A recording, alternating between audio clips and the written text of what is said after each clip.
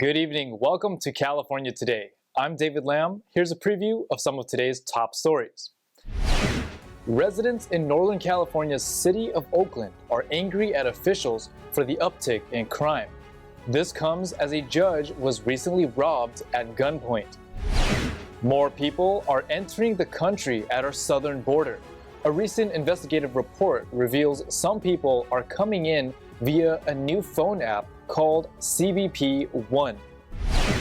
A Northern California county judge was recently robbed at gunpoint. This comes after hundreds of locals voiced their anger over the increase in violent crime sprees in the city of Oakland.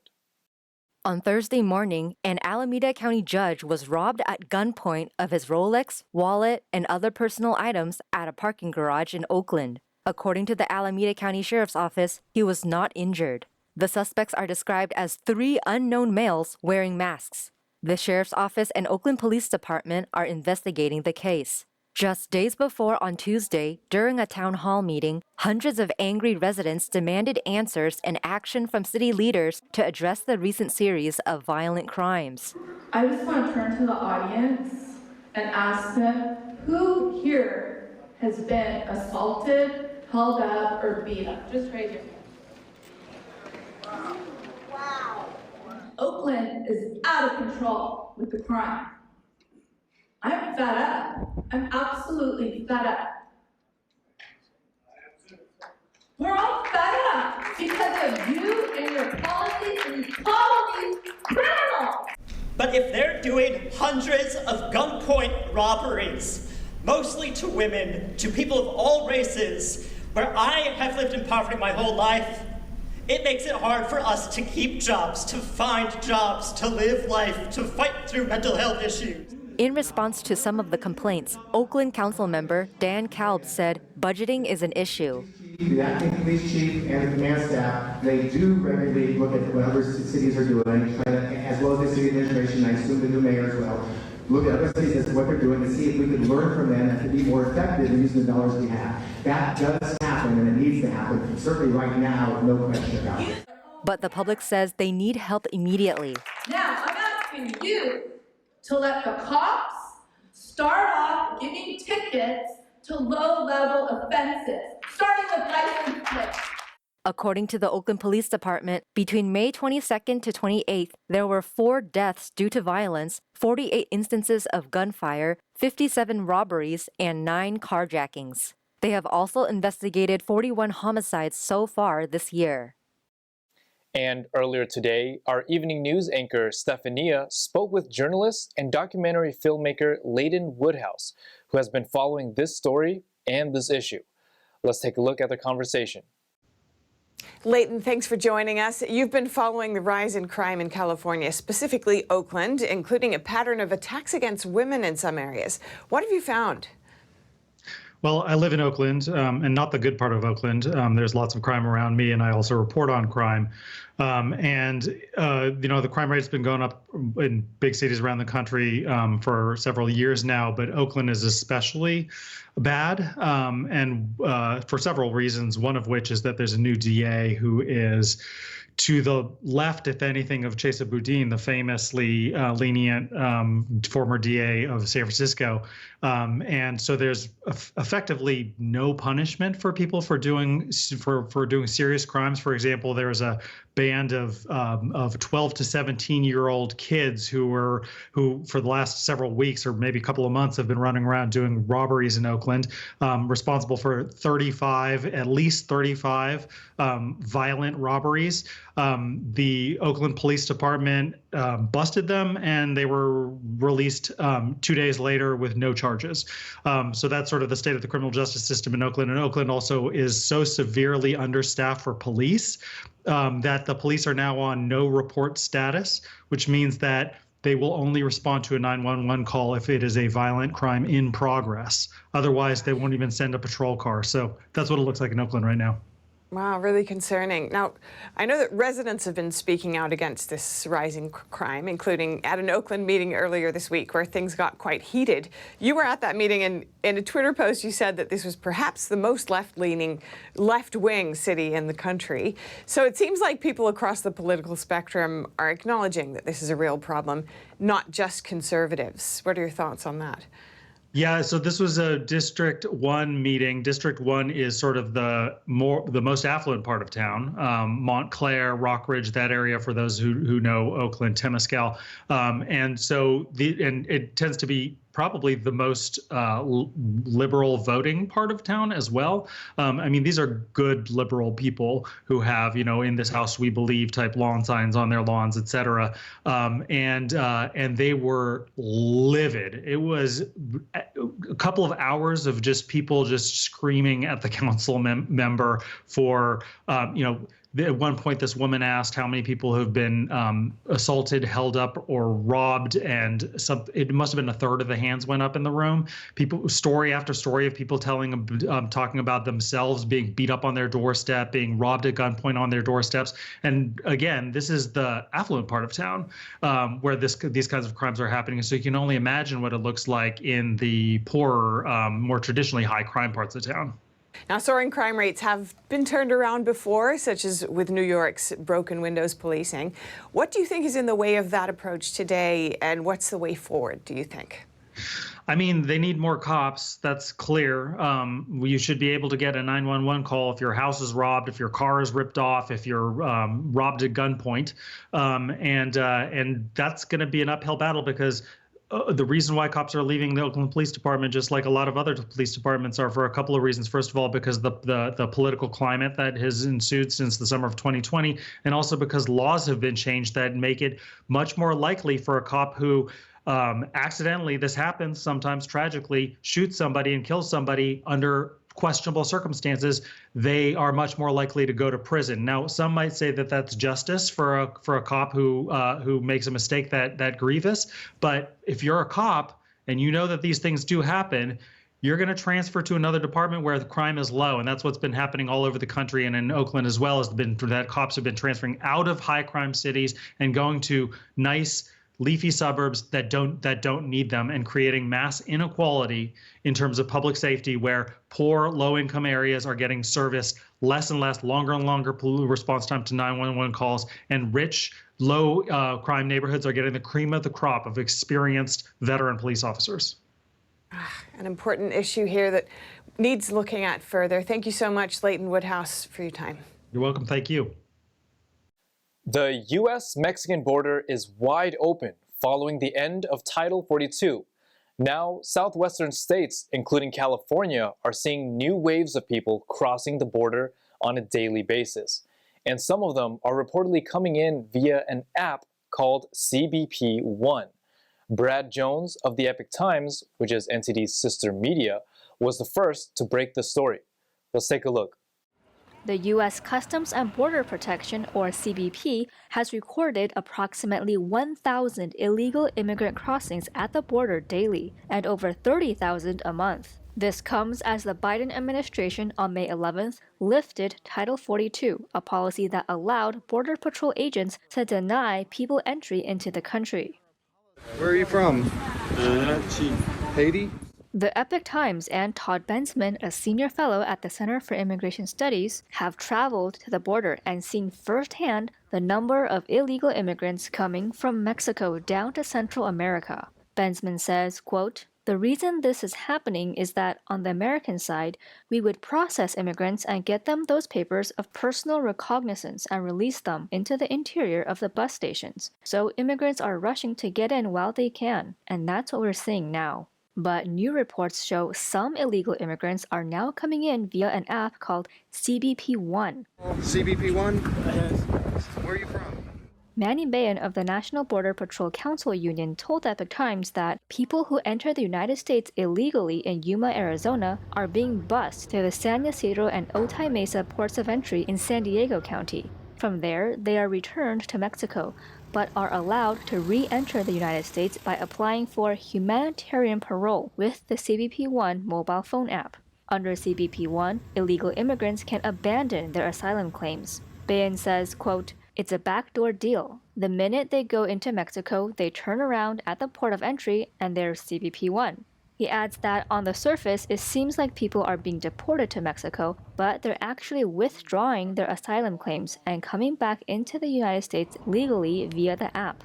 As immigrants continue to cross the border, Bensman stresses the threat to national security, which could be in jeopardy if the border crisis is not resolved." For the full story on the CBP One mobile phone app, you can find Brad Jones' article on the Epoch Times website. Now we'll take a short break, but we have some sweet stories for you when we come back. The LA County Fire Department is celebrating their brave men and women. NTD hears more from the firefighters who work day and night to serve their community. And today is National Donut Day, but we won't sugarcoat this upcoming story. One family-owned shop shares what makes them one of the best-selling donut shops in the nation. More on these stories coming up on California Today.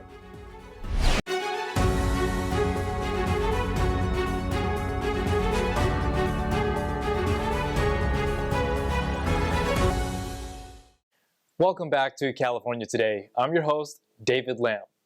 The LA County Fire Department just held its annual Valor Awards ceremony to honor and celebrate the brave men and women who work hard to keep the community safe.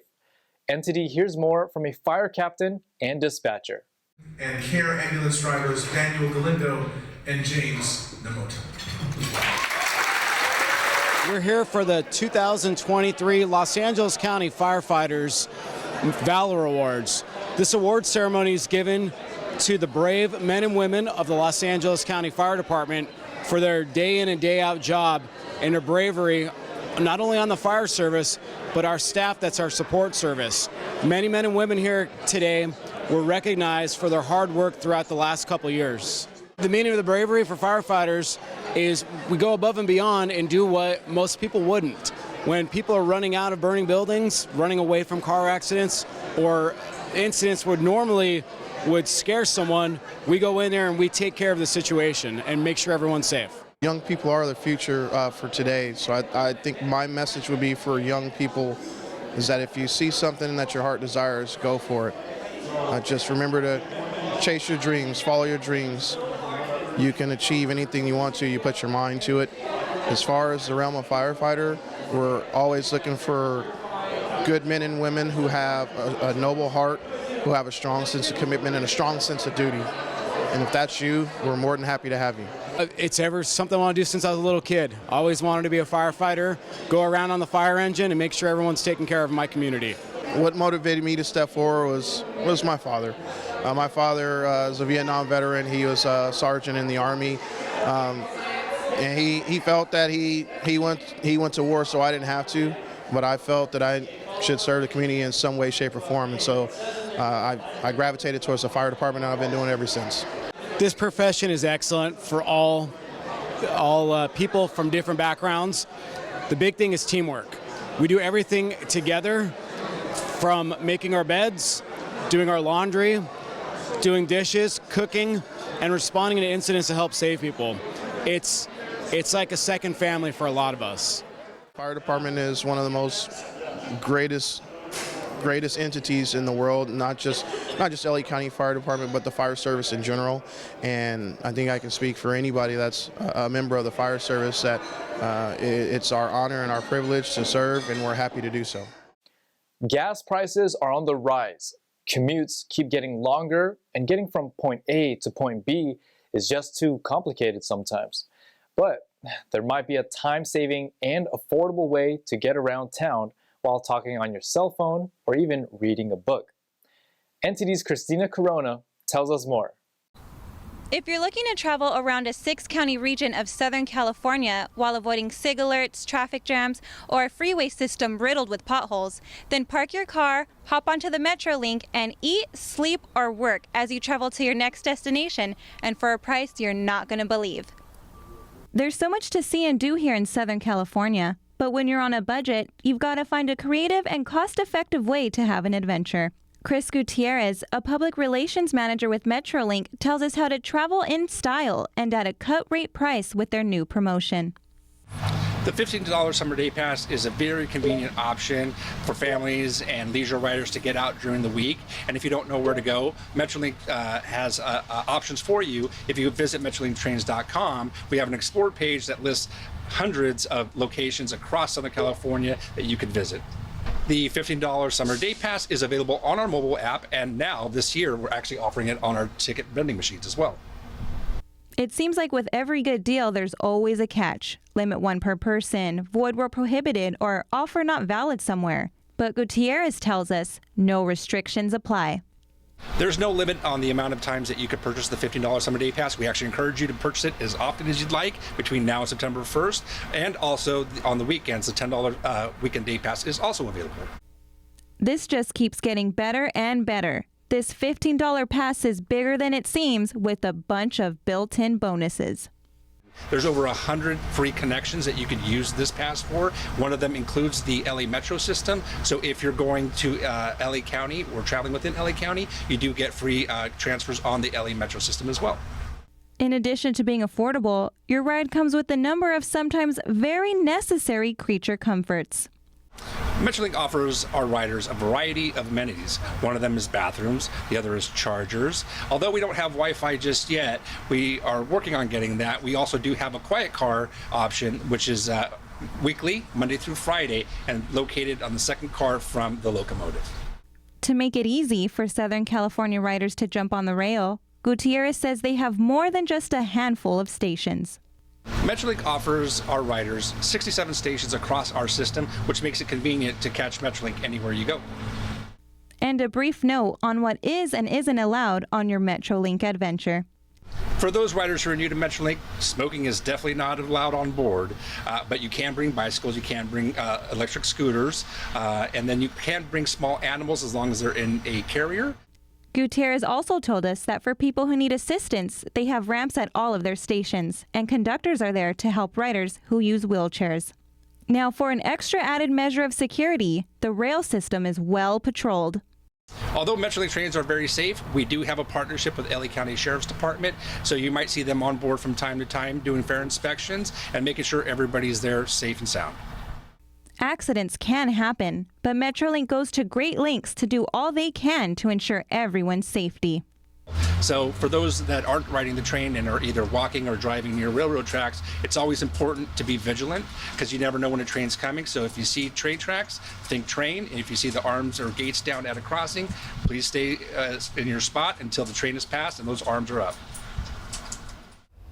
For an affordable and unique way of getting around town without the burden of gas prices, auto repairs, insurance, and more, let someone else do the driving. Metrolink might be able to save you time, money, and grief by taking you to your next stop while you simply relax. David, I gotta start taking the train to work. Christina Corona, NTD News, Los Angeles. Thanks, Christina. I think we all could start taking the train now. Now, not all things should be sugar-coated, but when it comes to donuts, it's acceptable. For National Donut Day today, I heard more on why locals flock to grab desserts at one Silicon Valley shop. Today is National Donut Day, and we decided to check out a local shop that's been family-owned since 1959. This morning, the line was out the door, but don't not fret, we have a sweet story behind that. It's a particularly busy morning for Stan's Donut Shop and owners Julie Clark and Kathy. I like a more dense donut, so I like the buttermilk and the old-fashioned, and specifically the chocolate old-fashioned, and those are two of our best sellers.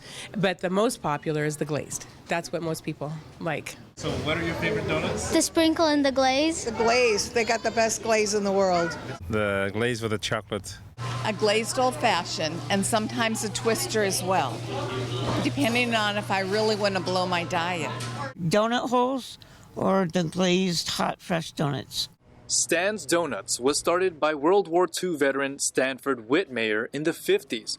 9 of his children all helped out at the shop. Now 2 are carrying the legacy on, keeping its classic style. And based on 2023 data from Yelp, this donut shop is among the top 10 best in the nation. We don't really go from the basics. We're very classic with our donuts, nothing fancy or crazy. But our buttermilk donut, which is one of the most popular, it changes flavor daily. They sell out every day. As if frozen in time, the place brings back memories for many, including 64-year-old Kelly Grimes, who first went when she was about 4. My dad used to take me and we'd sit at the counter and I'd have a donut and milk and he'd have a donut and coffee. And I come back periodically, but today I had to be here because it's National Donut Day.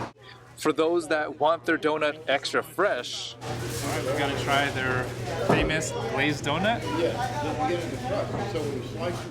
can dine in right at the counter. All right, so first reaction, it's warm and it just melts right in the mouth. Our father and our brothers just always paid attention to quality. You can't cut on quality. You have to do the process. You have to do everything you're supposed to, use the best ingredients.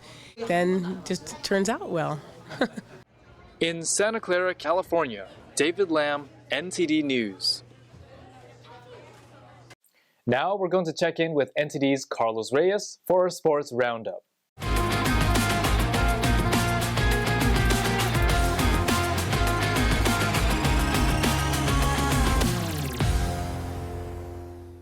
This is your California Sports Roundup. We have some exciting scores to cover today. I'm Carlos Reyes. Fernando Tattis Jr. drove in 4 runs, and Joe Musgrove took a no-hitter into the 6th inning as San Diego defeated host Miami in a resounding fashion. Tattis went 3 for 4 with 3 doubles, 2 runs, and 1 walk. Meanwhile, Musgrove went 6 innings, allowing an unearned run, 3 hits, and 3 walks while fanning 3. Jesus Luzardo allowed 5 runs, 4 hits, and 1 walk for Miami. The Marlins scored their lone run in the 3rd. Jonathan Davis walked, stole 2nd, took 3rd on catcher Austin Ola's throwing error, and scored on Luis Arraez' sacrifice fly. Arraez also broke up the no-hitter with an infield single in the 6th. Padres 10, Marlins 1.